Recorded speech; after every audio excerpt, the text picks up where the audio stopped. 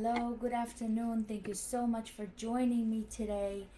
I am Olga Benyaminov, your host of Limitless Live, and today I want to focus on something that I'm focusing on throughout this month.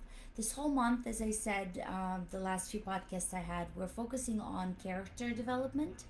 And one of the greatest tests of our character is how we use our words. The power of speech is so immense. It can build, but it also can destroy. It can heal or wound. It could inspire, but it could discourage as well. I want to focus this podcast with the New and the Old Testament, approach the religious aspect of that because it teaches us that life and death are in the power of the tongue. And it reminds us that our words carry weight, which is far beyond what we often realize. Think about it. How many times have you said something, but you immediately wished that you could have taken it back? On the other hand, how many times has someone's kind words lifted your spirit? Today, I'm going to speak about the speech and how you can speak with wisdom, grace, and integrity. I want to teach you what to say, when to say it, and when to say nothing at all. Now, to start this, just a quick question. Did you know that men speak about 7,000 words a day, while women speak about 20,000 words a day? That's a lot of opportunities to either speak life or cause destructions. The Torah and the New Testament teaches us that our words shape reality. The world itself was created through speech. In Genesis or Bereshit, it says, "And God said, let there be light, and there was light." It's not about just what you say. It's also about how we say things. Karen Amen has a book that's called Keep It Shut. I just finished reading it 2 weeks ago. And she says, just because you think something doesn't mean you should say it. And today I want to explore the 10 key lessons on how you can use our words, how we can use our words wisely. So number 1, beware of bragging. Check your heart and check your motivation. And the Torah, the New Testament and the Old Testament, warns us against arrogance. And I quote, "Do not say it in your heart, my strength and the might on my hand might me this wealth." But remember, Hashem is your God, or whoever the universe, the God that you believe in. For it is He who gave you strength. So to interpret that, don't brag, because it's not all you. And to give you an example and connect you to everyday's life, if someone is putting something on social media that shares, let's say someone got pregnant after a long time and she's sharing that and bragging this, you don't know who's actually watching it. And maybe the other woman that's watching it actually just had a miscarriage. Or another woman that's watching it just can't have kids. Do you understand what it does to them when they see such a post? Or if you share on social media about your dream week vacation, you go live and you show the beautiful places you're in. The true reason that we post things most of the time, deep down, It's because we want to make people envious. And when you scroll through social media, many of us have those thoughts. Look at this life. Look at the life they have. Bragging can cause so much hurt in other people's life. Before you speak or before you post, ask yourself, am I sharing it out of gratitude or am I sharing it out of pride? Am I seeking approval from people or I'm acknowledging the universe, the higher entity, whatever it is you're doing? Celebrate with humility and let others lift you instead of you lifting up yourself. Number 2, say what honors God. And again, if you are atheist, there is someone in charge of the universe, whatever it is that you're believing in. Or align things with your values, not with what others want to hear. Speak the truth, not just what people want to hear. And I'm going to give you another quote for the New Testament, Sefer Dvarim. You shall not prevent justice. You shall not show favoritism. And you shall not take a bribe. For a bribe blinds the eyes of the wise. Think about it. This is very deep. When you take a bribe or when you do something because somebody pays you for it, this is not authentic. So now you're promoting whatever it is you're promoting because you got paid for it. And I'm not talking about jobs. I'm talking about other things that relate to this.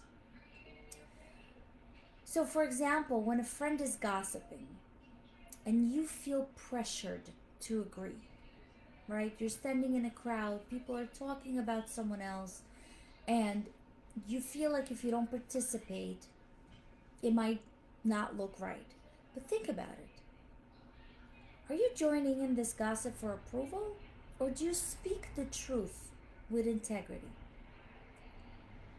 We should all speak the truth, even when it's uncomfortable. Gossiping about someone else, saying things about someone else when they are not in the room with you, that's being a coward. Number 3, lies start very small, like snowflakes, but they become monumental snowball. And I talked about it in a couple of days ago when I did my live podcast on the Monday live. All it takes is one time. You lie once, the second time it becomes easy.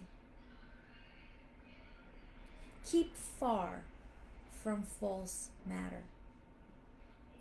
And just to emphasize that example, if a child lies about finishing their homework, all it takes is just bypass this once through the parents, because then it starts as a small excuse, but it grows into such a huge pattern of dishonesty. Lies multiply. One lie leads to another one, and as soon as you see, you're actually trapped. Before speaking, ask, is it completely true? Number 4, give credit where credit is due. Who is wise? One who learns from every person.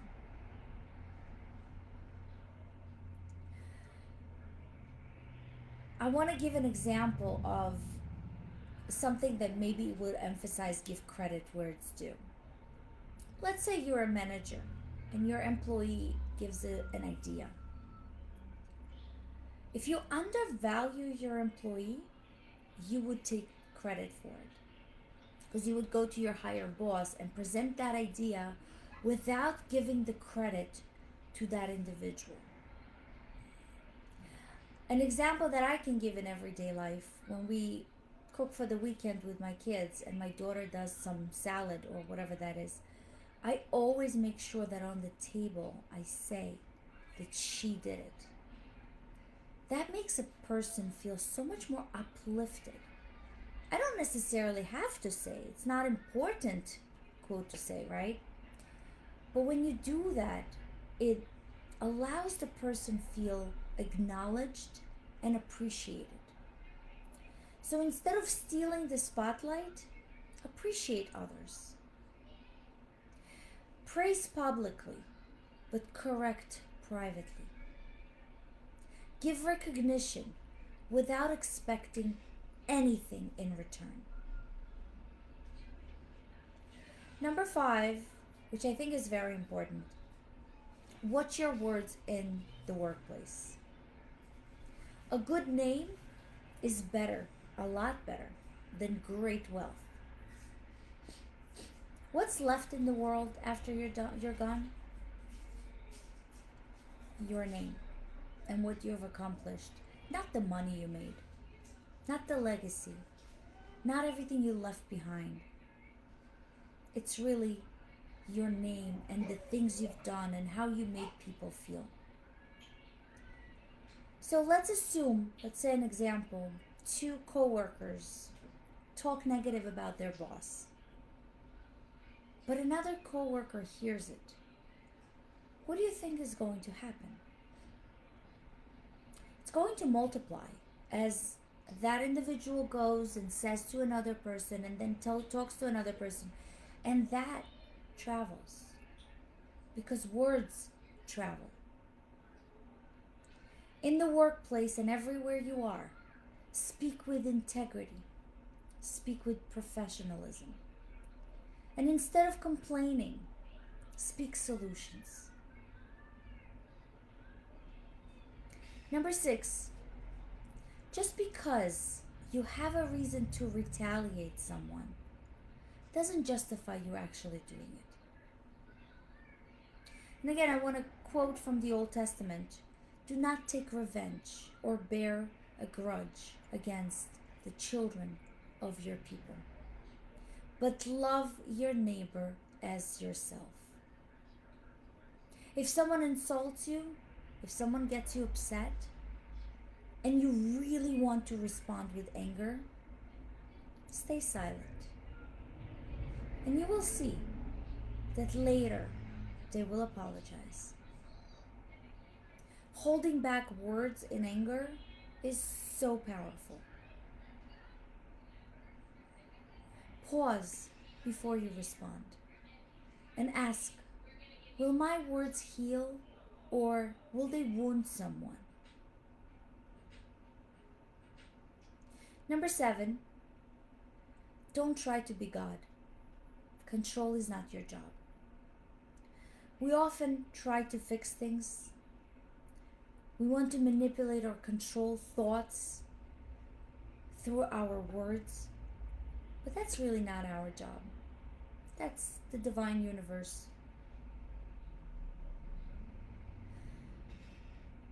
To give you an example of that, let's say a mother constantly pressures her adult child to make different life choices. How many of us can relate? As parents, we always want to give our children an advice that we think is better. But what happens as a result when we give advice to our children? They rebel. They do the exact opposite. And instead of changing, they pull away. We cannot control others through our words. Let the divine universe, let God work in their heart. Instead, speak with gratitude, not control. Number 8, do be nice, even to people that are not nice to you. Kindness is always the right choice. If a cashier is rude to you, instead of reacting, try responding with kindness. because your words reflect your heart. Choose kindness over reaction. And yes, I know some people confuse kindness with weakness, but speak words that heal, not harm. Compliment genuinely. Give the people a grace of kindness. Number 9, speak with grace. The wise of heart will be called understanding, and the sweetness of the speech increases learning. Words are like seeds. They will bear fruits. Your words matter. Every conversation is an opportunity to pour grace into others. Before you speak, ask, will this bring grace? And number 10, learn when to speak and when to stay silent. Even a fool, when he is silent, is considered wise. Silence can be wisdom, not weakness. So the next time you are in an argument, instead of fueling the fire, stay silent and maybe pray. That author, Keep It Shut, says, shoulder silence versus instant gratification by speaking back. We speak back because we want to get that satisfaction of hurting someone. But before you speak, ask, does this need to be said? I hope these 10 ways of when to speak will inspire you to think the next time you say something. Because our words can build or break. They can honor, but they can harm. They can be used wisely, or they can be wasted. And this week, let's take a challenge. Before speaking, pause and ask yourself, will these words break or build? Will it bring light or darkness? Will it reflect the best version of who I want to be? Imagine a world where every conversation leaves people feeling stronger, valued, and uplifted. That world starts with us, one word at a time. So as we speak and step into this week ahead, let's commit to speaking words that elevate, not tear down. Choose wisdom over impulse. Use our voice to bring light into this world. And remember, sometimes the most powerful words are those that remain unsaid. Thank you so much for joining me today. Let's go out and speak life. And as I go through my different lives, on Tuesday, I will have a live episode with Joe Rivera, who is a very knowledgeable success coach, and we're going to talk about the power of resistance. Throughout next week, I will have a couple of lives. We'll talk about you will die, so live now. And that, I think, is so profound. It's really important to understand that life is short. And none of us are going to be here forever.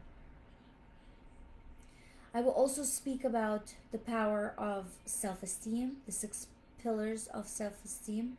And throughout this month, every episode that I will have will include the same idea of building your character. I appreciate your attendance today. Thank you so much for tuning in, and I hope that would bring you value as you speak throughout this week. Till I see you again, have a great weekend.